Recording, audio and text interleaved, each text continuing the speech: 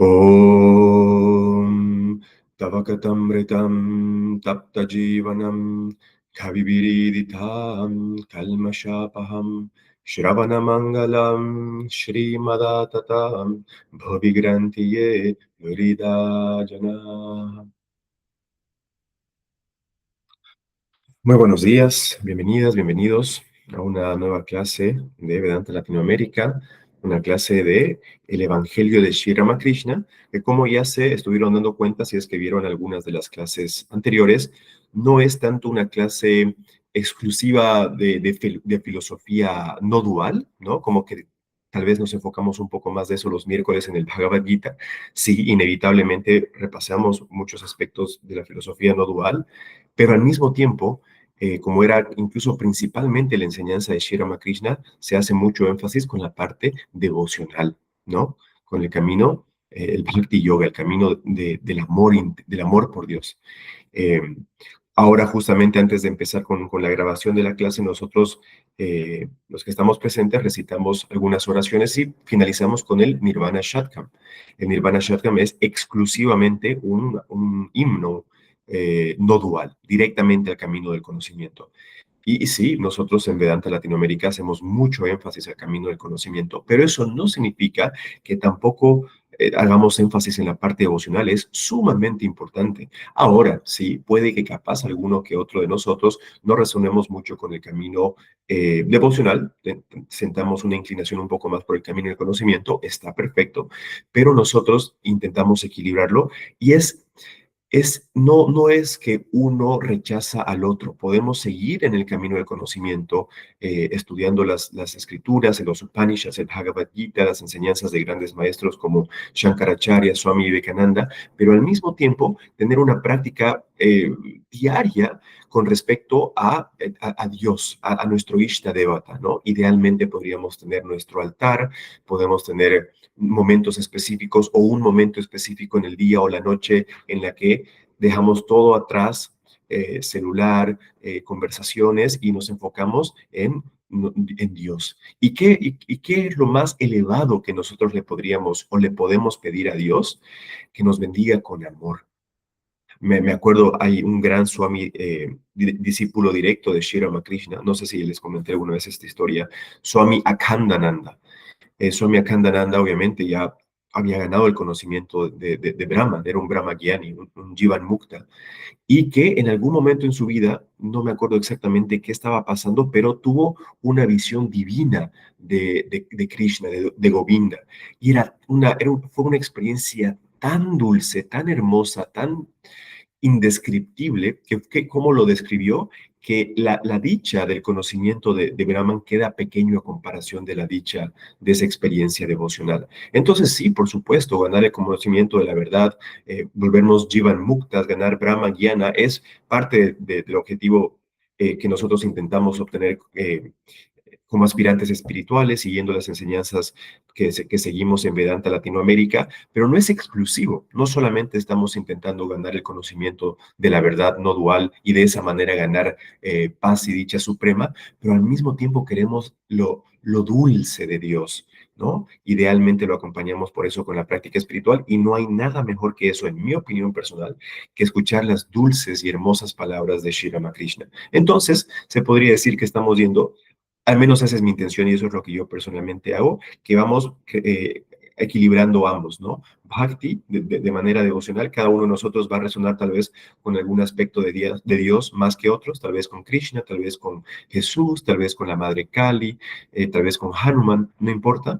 Y por otra parte también estudiamos los Upanishads, el Bhagavad Gita, estudiamos himnos como el Nirvana Shatkam y demás. Entonces, habiendo dicho eso, y obviamente, ¿no? No es solamente Bhakti y Jnana, sí, principalmente, porque dentro de la comunidad es lo que principalmente podemos hacer, pero también idealmente, también practicar el Karma Yoga, ¿no? Yo estoy ahora leyendo los trabajos completos de Swami Vivekananda, que son 9 volúmenes, y si bien yo personalmente ya había estudiado varios de estos textos individuales, ahora los estoy leyendo como todo, y estoy específicamente en el Karma Yoga, volviendo a leer el Karma Yoga de Swami Vivekananda, y qué increíble el Shakti que transmitía Swami Vivekananda. Tan solo leyendo sus enseñanzas uno se llena de prana, de energía interna, con una motivación de querer esforzarnos, dejar todo para intentar encontrar a Dios, servir a la humanidad, porque en verdad aquello que nosotros consideramos como humanidad en verdad es Dios. Entonces, bueno. Ahora, igual, de una manera un poco diferente, el bhava, el mood, la energía, el ambiente de Shri Ramakrishna igual produce un shakti, un prana muy intenso en nosotros. Es un poco diferente, tienen bhavas diferentes, Swami Vivekananda y Shri Ramakrishna, pero ahora estamos estudiándolo a Shri Ramakrishna, así que continuemos. Antes de empezar a leer con lo que nos corresponde a continuación, un breve repaso de tal vez lo más importante de la última clase. Sri Ramakrishna hace énfasis de que nos menciona que hay cuatro tipos principales de seres humanos, ¿no? Aquellos que están sumergidos en la mundanalidad, que ni de casualidad piensan en Dios, y sí, sí, es principalmente eso, ¿no? Sin demonizarlos, sin tacharlos como malos, para nada, simplemente es un grupo de personas que su vida entera se basa en intentar disfrutar al máximo su vida en la tierra y que no, o creen en Dios, no sé, pero no le ponen la atención, no piensan en Dios. Después tenemos lo que principalmente estamos nosotros como los sadhakas, ¿no? Los aspirantes espirituales que por algún motivo u otro, gracia divina principalmente, obviamente, creemos que nos podemos acercar a Dios, creemos que podemos llegar a encontrar a Dios, a descubrir la verdad con respecto a qué es Dios y qué somos nosotros. Entonces, estamos acá estudiando estas enseñanzas, idealmente también acompañándolo con práctica espiritual, meditación, repetición de mantra, canto de canciones devocionales, karma yoga, etcétera, ¿no? ¿Por qué? Creemos, tenemos algo de shraddha, de fe, de que idealmente en esta vida y si no capaz en la siguiente, pero idealmente en esta hagamos todo el esfuerzo posible para que en esta misma vida la verdad se nos sea revelada y podamos obtener esa paz y dicha suprema. Después están justamente aquellos devotos, practicantes espirituales que en algún momento en su vida, en esta vida, eran practicantes espirituales y después de mucha práctica espiritual y principalmente gracia divina, la verdad se les fue revelada. Los Jivan Muktas, las personas liberadas mientras en vida. Entonces ellos, como les digo, como nosotros estamos en la etapa de práctica espiritual, de estudio, de renuncia, de meditación, de servicio, etcétera, ellos igual hicieron lo mismo y llegaron a lograr el objetivo. Entonces ahora están viviendo en vida y les toca pasar lo que sea que su prarabdha karma les corresponda pasar. Tal vez a veces les toque pasar por soledad, a veces capaz les toque estar en pobreza, o capaz les toque estar con muchos amigos, o capaz les toque tener mucha abundancia, va a ir fluctuando, ¿no? Como sabemos, eso es el prarabdha karma. Y el prarabdha karma no cambia en lo más mínimo bueno, eso es mentira. Voy a especificar un poco a qué me refiero con eso. Pero el prarabdha karma continúa incluso para el Jivan Mukta. Se va a iluminar, va a ganar el conocimiento de la verdad, ya no se va a ser realmente afectado por las cosas que le ocurren al cuerpo y a la mente, porque esa persona va a estar perfectamente establecida en su verdadera naturaleza como el ser, como Brahman, como el Atman. Pero, ¿por qué les dije que el prarabdha karma no cambia para nada y después me arrepentí?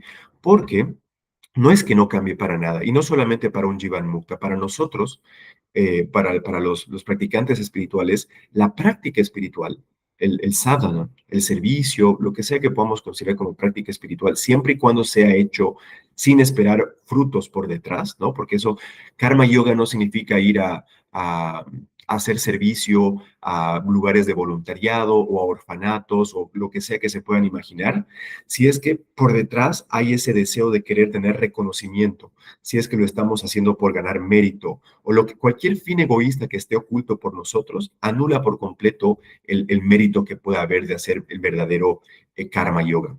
Uno puede hacer karma yoga en su oficina, hablando de negocios con sus jefes y con sus colegas, ahí puede estar perfectamente establecido un aspirante practicando karma yoga. ¿Por qué? Porque no, para empezar, no lo está haciendo para intentar ganar reconocimiento y está principalmente en el karma yoga que aprendemos que tenemos que trabajar, tenemos que servir sin preocuparnos en lo más mínimo por los frutos del trabajo. Si no nos preocupamos si es que eso nos va a dar la promoción que tal vez estaríamos buscando, o nos va a dar el reconocimiento que quisiéramos, o nos va a dar fama. No, el karma yogi hace el trabajo que le corresponde hacer.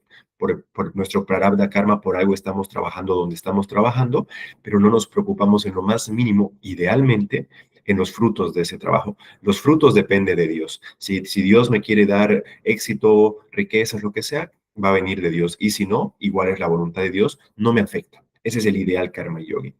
Entonces, eh, ok, les estaba diciendo, un practicante espiritual, un sadhaka, al hacer práctica espiritual, al repetir el mantra, al servir, al meditar, ¿qué es lo que hace?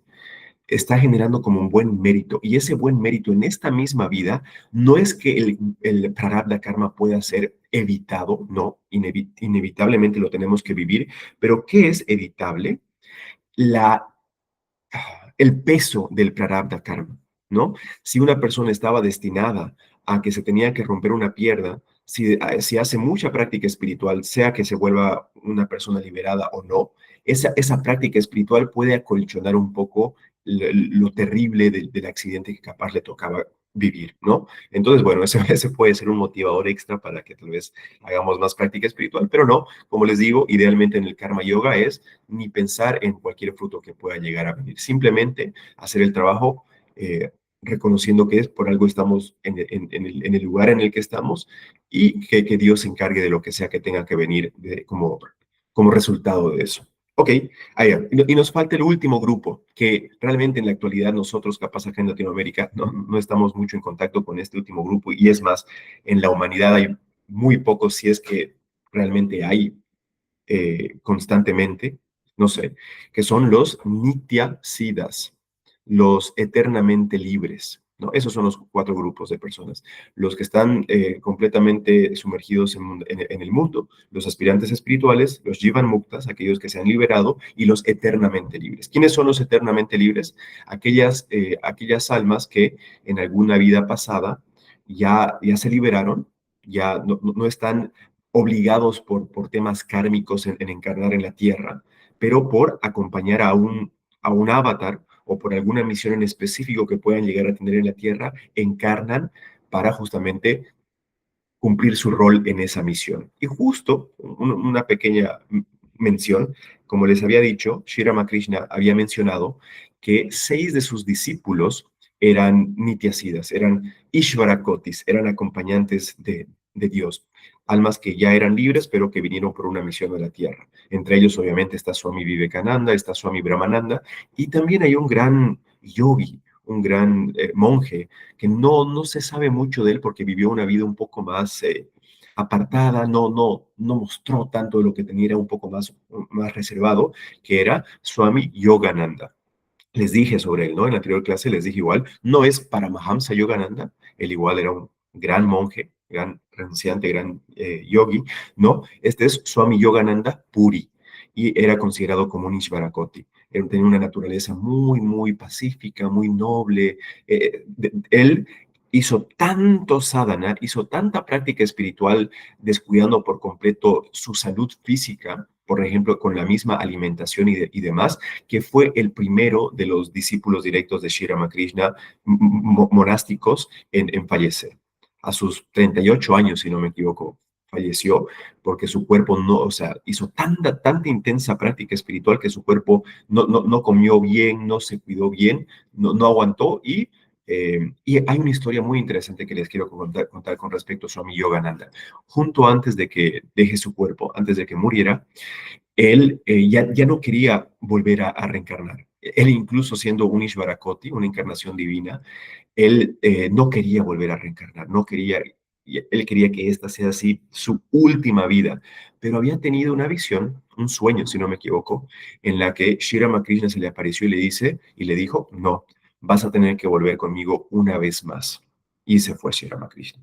Y Swami Yogananda estaba muy, no sé si molesto, pero perturbado al respecto. ¿Por qué? Porque no quería saber de encarnar una vez más.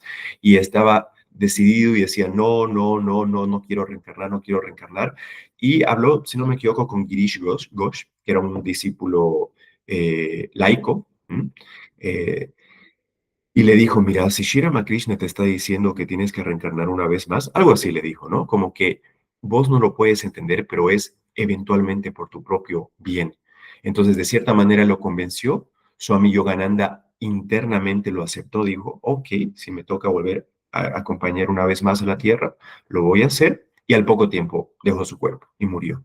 Entonces, en teoría, si nosotros, como nos voy a catalogar como almas normales, obviamente no Ishvarakotis, en teoría, lo que dicen las escrituras, Sri Ramakrishna igual no es que lo niega para nada, es que si nos iluminamos, si ganamos el conocimiento de la verdad, como les había dicho, ¿no? En el Bhagavad Gita más adelante vamos a ver este hermoso verso, que así como el fuego convierte en cenizas a la madera, de la misma manera el fuego del conocimiento quema por completo el karma pasado, ¿no?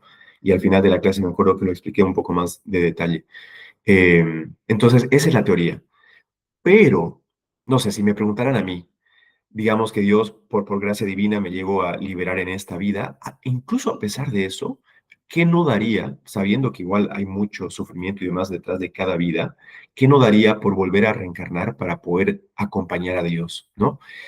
Más adelante en el Evangelio vamos a leer cómo Sri Ramakrishna, él dice que él iba a encarnar una vez más 200 años después por la parte noreste de la India. O sea, como que Sri Ramakrishna como tal va a volver una vez más de acá a unos cuantos años y yo que lo amo tanto, que no daría por acompañarlo. Igual Sri Ramakrishna dijo que, y esto igual está en las escrituras, ¿no? Que Kalki, que es igual Dios, va a encarnar al final del Kali Yuga, ¿no?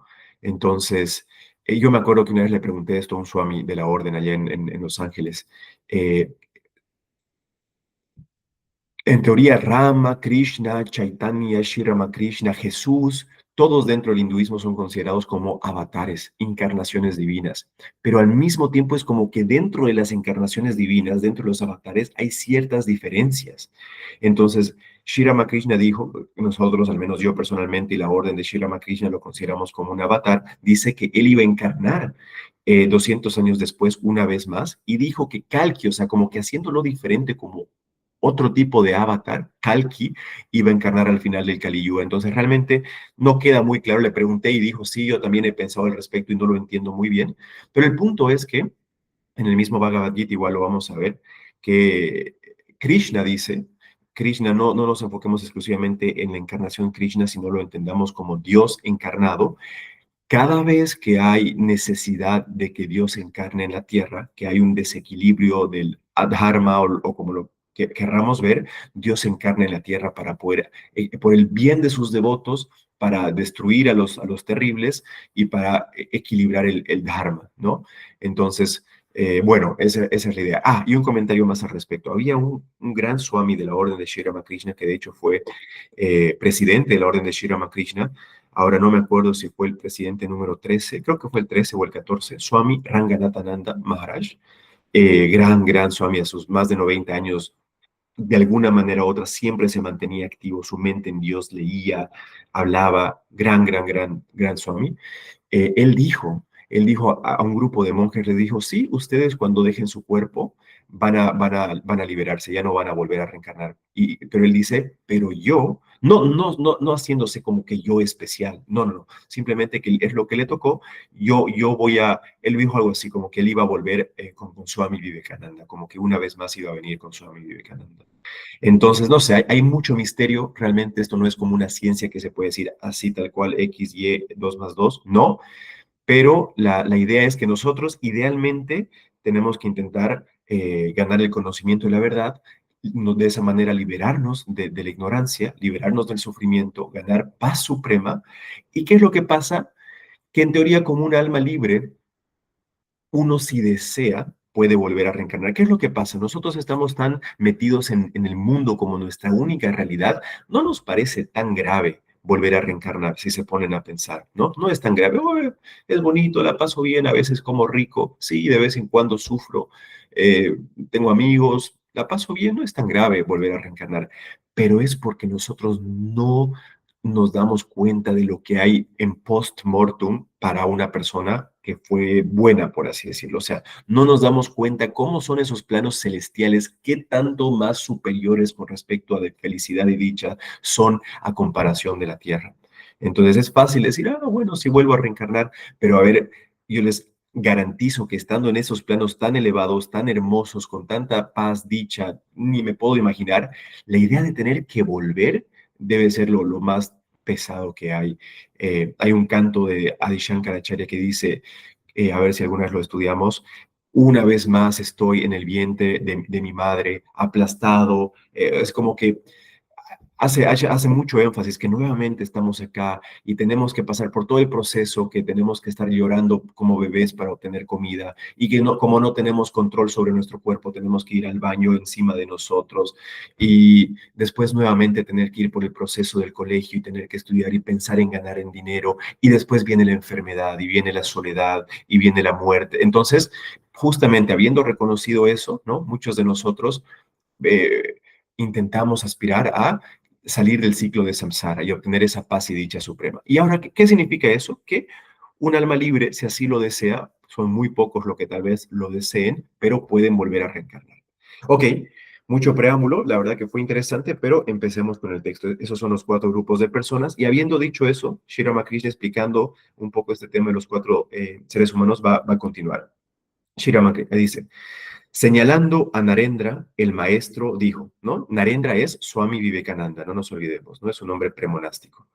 Todos ustedes ven a este muchacho. Él se comporta así aquí. Un niño travieso, parece muy tranquilo cuando está con su padre. Sin embargo, es completamente distinto cuando juega en el chandni. El chandni es como el pórtico cuando está jugando. No nos olvidemos que acá los discípulos monásticos de Sri Ramakrishna, que eventualmente se van a volver los monjes, los 16 monjes principales, tenían, a excepción de uno de ellos, tenían 19, 18, 20 años máximo, ¿no? Narendra y la gente de su tipo pertenecen a la clase de los siempre libres, de los nityasidas. Jamás están enredados en el mundo. A medida que pasan los años, sienten el despertar de la conciencia interior y van directamente a Dios. Solo vienen al mundo para enseñar a los otros. Jamás les importa cosa alguna del mundo. Nunca se apegan a las mujeres y al oro. Bueno, en este caso, estos discípulos directos en este lila de Dios, en este juego de Dios, eran 6 hombres, por eso dice mujeres, ¿no? Hemos hablado muchas veces al respecto. En el caso de las mujeres, como sabemos, el obstáculo son los hombres, la lujuria, ¿no? Entonces, miren, cómo Sri Ramakrishna, en esa época en la que Swami Vivekananda, sí, era un gran joven, era muy tenía una excelente voz, era sumamente inteligente, era muy atractivo, tenía muchas cualidades, pero lo veían como un gran joven, pero Sri Ramakrishna perfectamente desde esa etapa lo había reconocido como un Nitya Siddha. ¿Mm? ¿Y cuál es la diferencia principal tal vez entre un Nitya Siddha, entre un siempre libre y tal vez la mayoría de nosotros? Es que es, como lo dice acá, ¿no? Ellos en ningún momento se apegan al mundo, van directamente a Dios, una que su conciencia espiritual como que se despierta. Sri Ramakrishna continúa, dice, los Vedas hablan del pájaro Homa, que vive alto en el cielo y allí en el aire pone sus huevos. Tan pronto como es puesto el huevo, comienza a caer, pero está tan alto que continúa descendiendo por días y días. A medida que cae, se está empollando hasta que nace. Abre sus ojos, sus alas crecen. Inmediatamente se da cuenta de que está cayendo y que terminará estrellándose contra el suelo. Entonces, al momento, impulsa su vuelo hacia arriba, alto en el cielo donde está su madre. En eso, Narendra salió del aposento. Kedar, Prankrishna y M, el autor del libro, ¿no? Y muchos se quedaron. El maestro, Sri Ramakrishna, dice, ven, Narendra sobresale en cantar, en tocar instrumentos, en los estudios y en todo. El otro día mantuvo una discusión con Kedar e hizo pedazos sus argumentos. Todos se ríen. AM, ¿Existe algún libro en inglés sobre el razonamiento? Bueno, antes de que M nos hable un poco del razonamiento occidental, cuando Swami Vivekananda vino a Occidente en 1893, después de haber estado como monje deambulante, errante, ¿no? Como un wandering monk en la India, y el haber visto tantas millones de personas en la India sumergidas en la pobreza, en sufrimiento, con hambre, con mucha ignorancia con respecto a el conocimiento, no solamente espiritual, pero también material, obviamente, es que él con tanta compasión, es que es como la madre o Dios lo llevó justamente por toda esa parte de la India para que él experimente eso y se dé cuenta que él como que tiene una misión, tuvo una misión extremadamente importante en la que vio que la India en esa época, con todas sus millones de personas que vivían ahí, sí o sí necesitaban de bien y bienestar material en el sentido de alimentación, en el sentido de conocimiento escolar, universitario, ¿no? Para que la India pueda resurgir porque estaba sumergido en su sufrimiento y en hambruna y demás.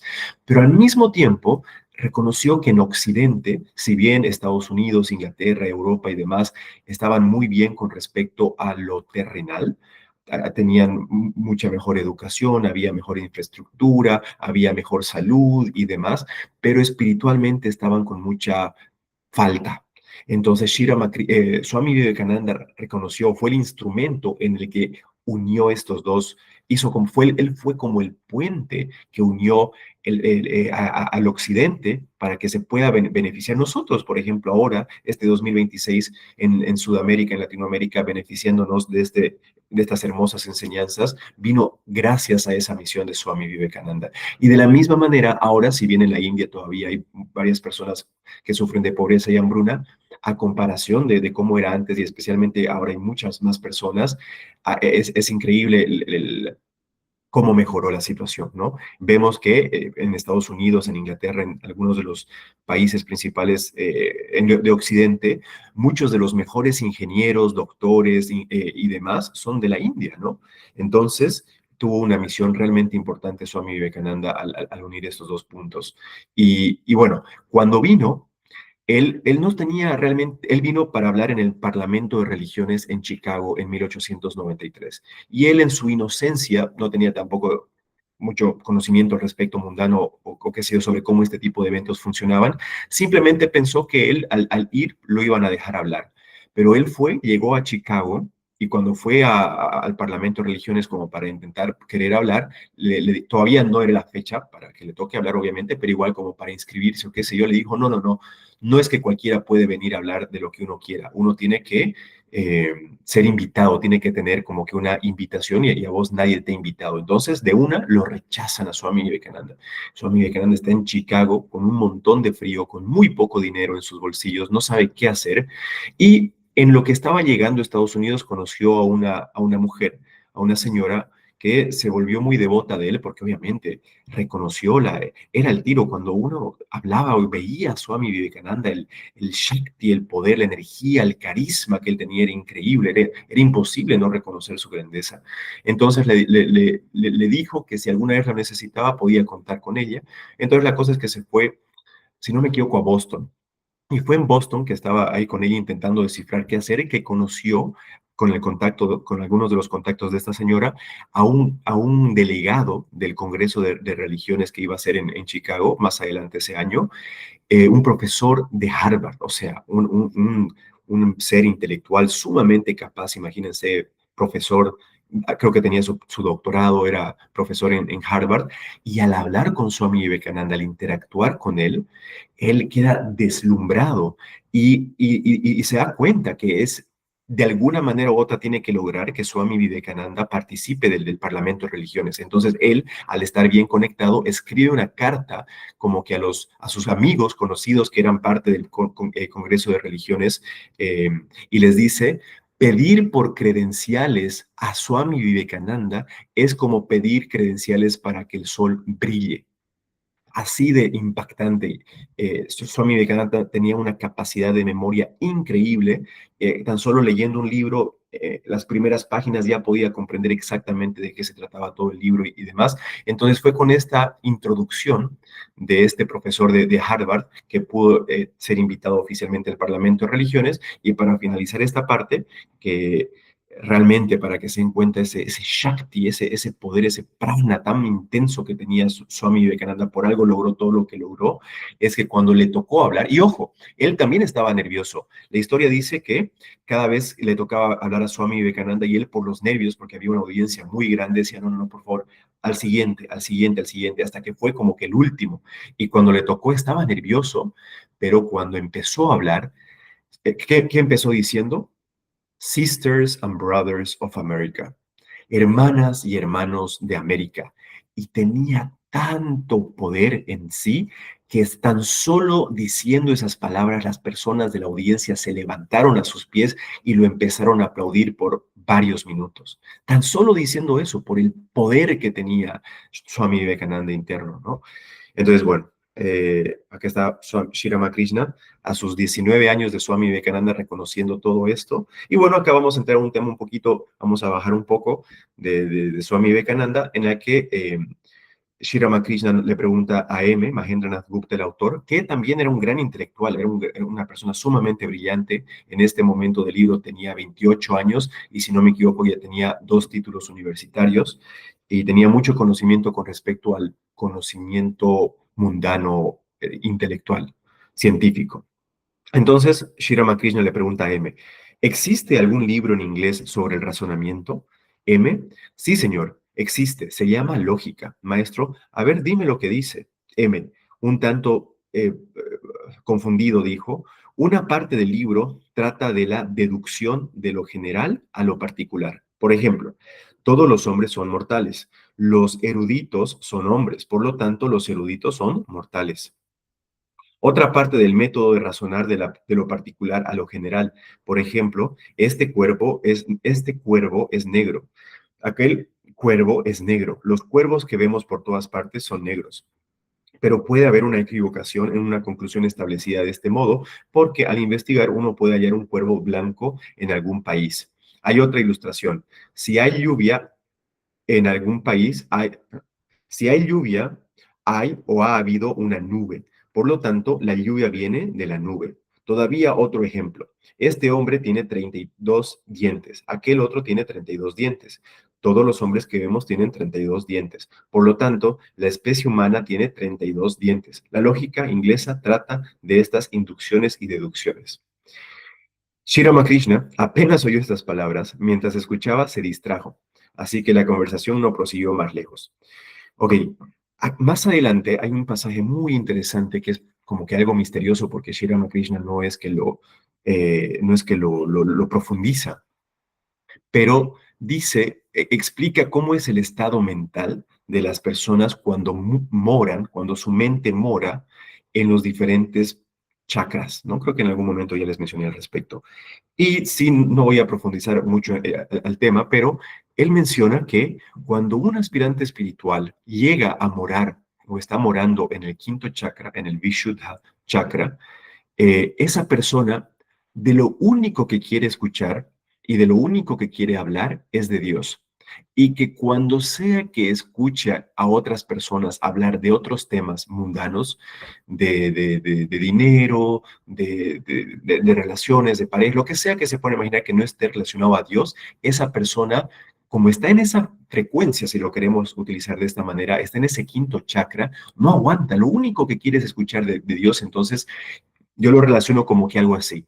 Sri Ramakrishna cuando era joven, era niño, iba al colegio, dice que cuando le intentaban explicar álgebra o lo básico de matemática, su mente le daba vueltas, o sea, no podía concentrarse en eso.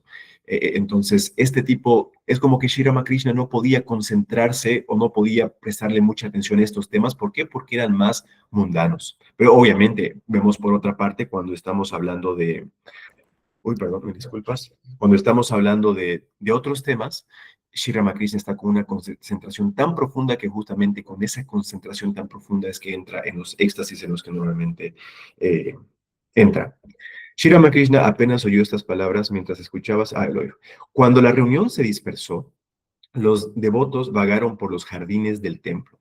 M fue en dirección al Panchavati.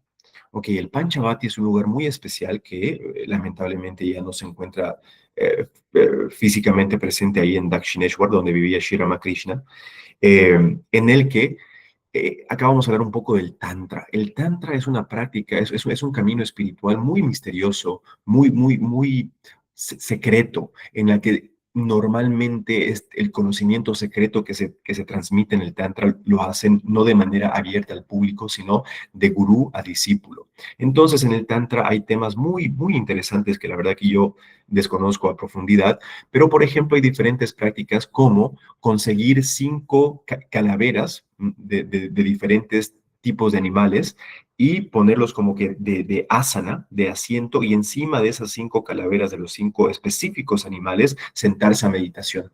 Y se genera tal acúmulo de energía que puede ser, a ver, ¿cómo les explico?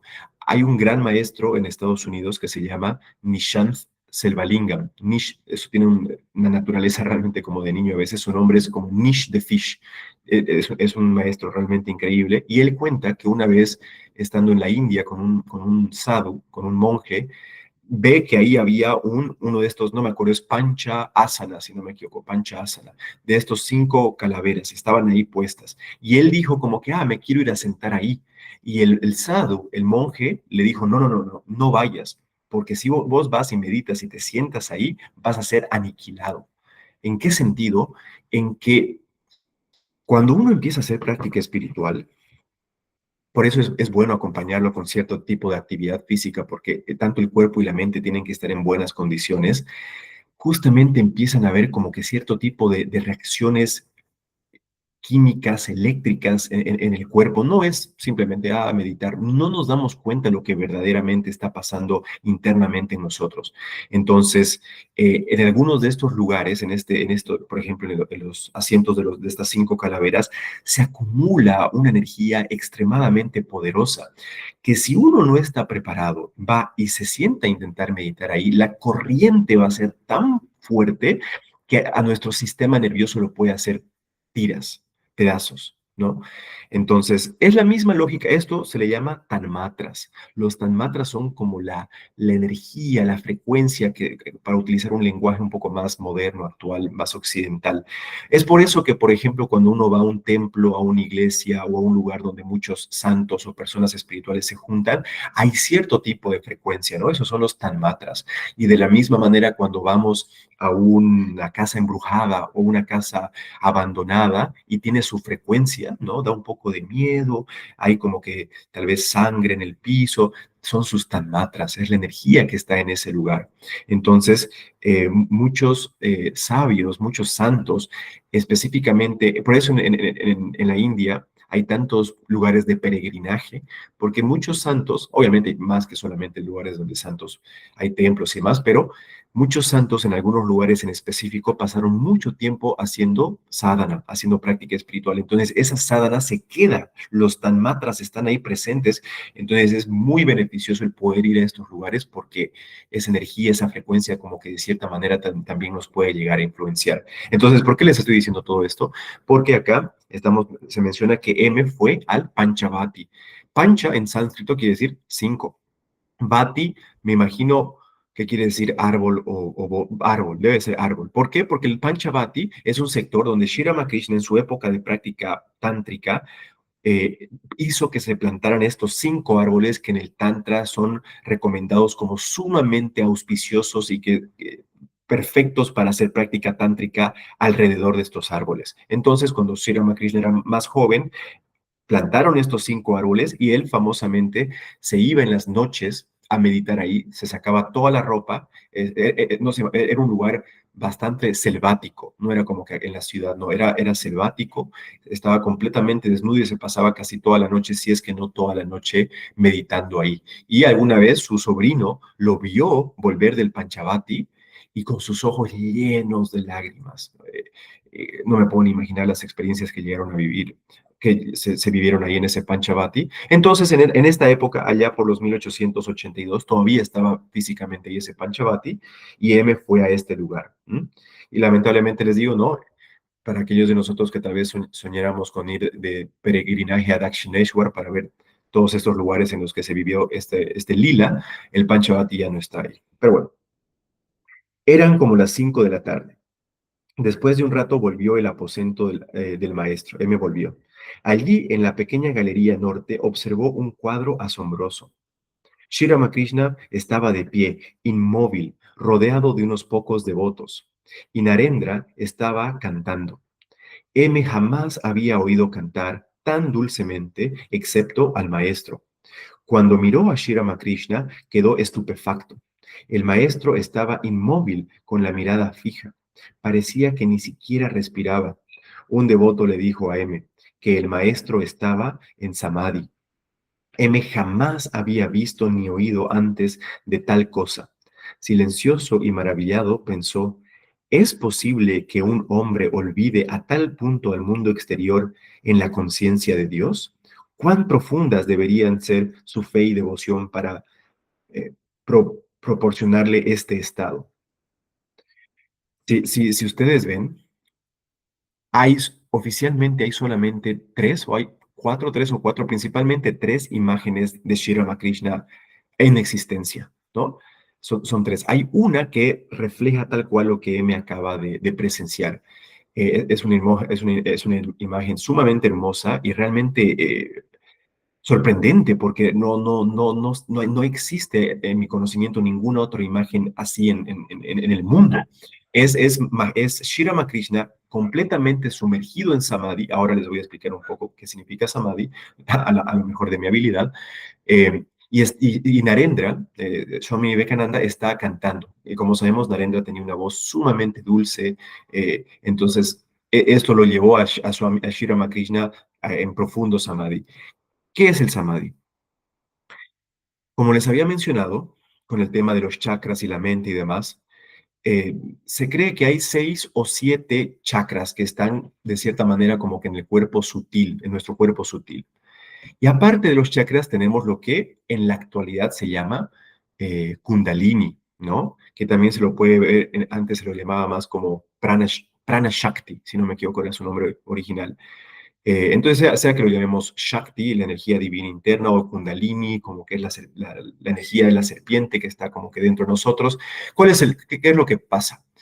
A medida que nosotros vamos haciendo práctica espiritual, idealmente vamos también acumulando y purificando esta energía divina interna, este Kundalini, este Shakti, con la práctica espiritual, con la meditación, con el servicio, con el estudio de las escrituras, cualquier tipo de práctica espiritual que nos lleve hacia arriba de cierta manera, literalmente, ¿qué es lo que va pasando? Ese Shakti, ese Kundalini, esa energía divina interna, va a ir subiendo, va a ir subiendo. Y a medida que va subiendo, va desbloqueando, por así decirlo, ¿no? Y literalmente, aparte de los chakras, tenemos 3 nudos, los grantis, el Brahma Granti, que es como que el nudo que está en la parte de abajo, la inferior, el Vishnu Granti, que está como que en el sector del corazón, y el Shiva Granti, que está más por el tercer ojo. Entonces, literalmente, imagínense, es como una serpiente que va subiendo, visualmente lo podemos imaginar así, y que va desbloqueando. Si hay suficiente energía y hay suficiente concentración y suficiente pureza, ese Shakti al ir subiendo va a desbloquear literalmente a estos nudos. Y cuando estos nudos se van desbloqueando, nuestra experiencia, perspectiva y entendimiento de la realidad van cambiando completamente. Entonces, normalmente, digamos, como les digo, vamos a pasar como aspirantes espirituales, de cierta manera, si ya estamos siendo atraídos por este tipo de enseñanzas, si ya estamos realizando práctica espiritual y demás, eso significa que de cierta manera ya estamos morando en el cuarto chakra, porque hasta el tercer chakra, por ejemplo, el primer grupo de personas que Sri Ramakrishna menciona al principio, ¿no? Aquellos que solamente están enfocados en la parte mundana, es que normalmente moran exclusivamente hasta el tercer chakra, que está muy relacionado al poder, al logro, a la acción y demás, ¿no? Como podemos ver, eso es lo que el mundo en general más aprecia, ¿no? ¿Cuáles son las personas que el mundo en general más admira? Aquellos que tienen logro en el plano del poder. Elon Musk, Jeff Bezos, Messi, Ronaldo, son personas que con mucho poder han logrado obtener mucho dinero, muchas riquezas, mucho reconocimiento. El mundo, por la etapa en la que se está, valora más ese plano en específico. Pero ya nosotros, como aspirantes espirituales, estamos como que intentando de cierta manera reconocer a Dios en todo, intentamos ver la divinidad que hay en todo, se empieza a morar en el cuarto chakra, empieza a haber un poco más de amor, amor inegoísta, empieza a nacer un poco más de compasión.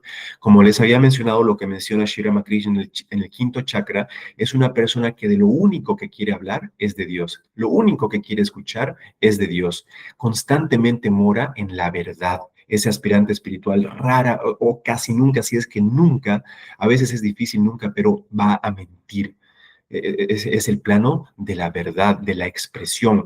Un aspirante espiritual que tiene mucha energía en este plano es una persona que tiene una gran capacidad de expresarse, de poder explicar, que las personas lo puedan entender. Y después vamos a lo que es el sexto chakra, que ya que estamos hablando en palabras mayores, no cualquiera puede realmente estar en este plano, que obviamente, como deben saber, es el agya, ¿no? El agya en el que tenemos acá donde los dos polos opuestos se encuentran, como lo podemos ver igual en las imágenes que representan, y acá, más o menos como que la cúspide de este sexto chakra es lo que se podría llamar como la visión de Dios. Es acá donde ya se obtiene un samadhi, que normalmente se lo conoce como bhava samadhi. Bhava samadhi quiere decir el samadhi, lo podríamos entender como el samadhi que es dulce. Es el momento, una persona que llega a morar ahí, que llega a poder llevar esa energía hasta ese plano con mucha concentración, mucha pureza y mucho poder, llega a tener la visión de Dios. Entonces Dios internamente se nos presenta. Se puede llegar a ver a Dios, lo podemos llegar a escuchar a Dios, podemos hablar con Dios en ese nivel tan elevado como es en el sexto chakra. Entonces, eso ya son palabras mayores. Incluso el quinto chakra ya son palabras mayores, pero el sexto ni que se diga. Ahora, el séptimo chakra, que a veces no es considerado tanto como un chakra como tal, es el Sahasrara, ¿no? Es el loto de los 1000 pétalos. ¿Y qué es lo que pasa? Ahí sí, un aspirante espiritual, un gran aspirante espiritual que puede llegar y llevar su Shakti hasta el séptimo chakra, es lo más elevado que se pueda llegar a pensar en estos términos como un aspirante espiritual. ¿Y qué es lo que dice Shri Ramakrishna al respecto? Que si un aspirante espiritual, habiendo acumulado mucho Shakti, habiéndolo purificado, habiendo ganado concentración, meditación, esto igual se lo ve en los Yoga Sutras, ¿no? Que seguramente algunos de ustedes que lo han estudiado, están el Ashtanga Yoga hasta que eventualmente llega al Samadhi. ¿Y qué es lo que pasa? Esta energía divina interna va avanzando con mucho poder, mucha concentración y eventualmente ¡pum!, penetra el séptimo chakra. Entonces, se cree, ¿qué es lo que pasa ahí? En ese momento se aniquila absolutamente cualquier tipo de concepto dual, no existe, ni siquiera está el ego presente. En Bhava Samadhi todavía está el ego presente, en el que nos sentimos yo y Dios y disfrutamos de la dicha y la dulzura de Dios. En Nirvikalpa Samadhi se pierde todo eso. Simplemente queda existencia absoluta. No se puede llegar realmente a explicar con palabras porque va mucho más allá de lo que las palabras pueden llegar a explicar. ¿Y qué dice Shri Ramakrishna al respecto? Shri Ramakrishna dice que si un aspirante por muchísima práctica espiritual y por gracia divina llega a Nirvikalpa Samadhi, si es un aspirante normal, que para empezar ya sabemos que un aspirante normal no puede llegar a Nirvikalpa Samadhi, pero es tan intenso Nirvikalpa Samadhi, es tan fuerte la carga para el cuerpo físico y también para el sistema nervioso y demás, que máximo ese cuerpo de ese aspirante espiritual va a llegar a vivir por 21 días. Y así como una hoja cae de un árbol, de la misma manera ese cuerpo que llegue a ese nivel, va a caer muerto, no va a poder aguantar. Pero, ¿quiénes son la excepción? Los avatares, obviamente, como Sri Ramakrishna, como Sri Chaitanya. Si bien no hay récords de Krishna y Rama llegando a Nirvikalpa Samadhi, más que seguro que sí o sí lo hicieron, eran avatares, obviamente. Eh, y los Nityasidas también pueden llegar a Nirvikalpa Samadhi y descender de ese plano para poder enseñar a la humanidad, como por ejemplo lo hizo Swami Vivekananda. Entonces, esa es la idea. Entonces, acá, ¿qué es lo que está pasando? Eh, Swami Vivekananda Narendra está cantando tan dulcemente y Sri Ramakrishna tiene tanto, pero tanto, tanto Shakti interno que con muy poco lo llevaba a Samadhi. Con muy poco Sri Ramakrishna entraba en Samadhi de manera instantánea. Era tanto así que una vez, no me acuerdo si les llegué a contar, lo llevaron a Sri Ramakrishna al zoológico. Y Sri Ramakrishna tan solo al ver al león entró en éxtasis. ¿Y por qué? Porque la madre Durga está relacionado al león, ¿no? El león es como que el vehículo de la madre Durga. Entonces Sri Ramakrishna vio al león, se acordó de la madre Durga y se disparó a Samadhi. Imagínense tal cosa. Lo que nosotros aspiramos toda nuestra vida, si no múltiples vidas, para acercarnos, aunque sea un poco a eso, él al tan solo ver un león ya se disparaba a ese plano. Entonces, bueno, eh, les quería comentar un poco, porque a veces si leemos esto y no nos damos mucha cuenta, como que, ok, está en un estado que se llama Samadhi, pero no, realmente aquellos que entienden lo que verdaderamente es Samadhi. Y acá dice, ¿qué es lo que dice M? Que nunca había visto tal cosa como tal. Y es más, no se ve, realmente esa foto de Sri Ramakrishna es única verdaderamente. Eh, ok, y acá están cantando, Narendra estaba cantando. ¿Qué estaba cantando? Dice, medita, oh mente, medita en el Señor Hari. Hari es uno de los nombres de Vishnu. El inmancillado, puro espíritu, desde el principio hasta el fin. Cuán incomparable es la luz en el que él brilla. Cuán embellecedora es su maravillosa forma, cuán amado es por todos sus devotos, siempre más hermoso, en fresco amor floreciente, que avergüenza al esplendor de 1 millón de lunas, como el relámpago fulgura la gloria de su forma, erizando a los cabellos de pura dicha. Al oír el canto en esta última línea, el maestro se estremeció, sus cabellos se erizaron y lágrimas de dicha corrieron por sus mejillas. De vez en cuando sus labios se entreabrían en una sonrisa. ¿Acaso estaba viendo la incomparable belleza de Dios, que avergüenza el esplendor de 1 millón de lunas?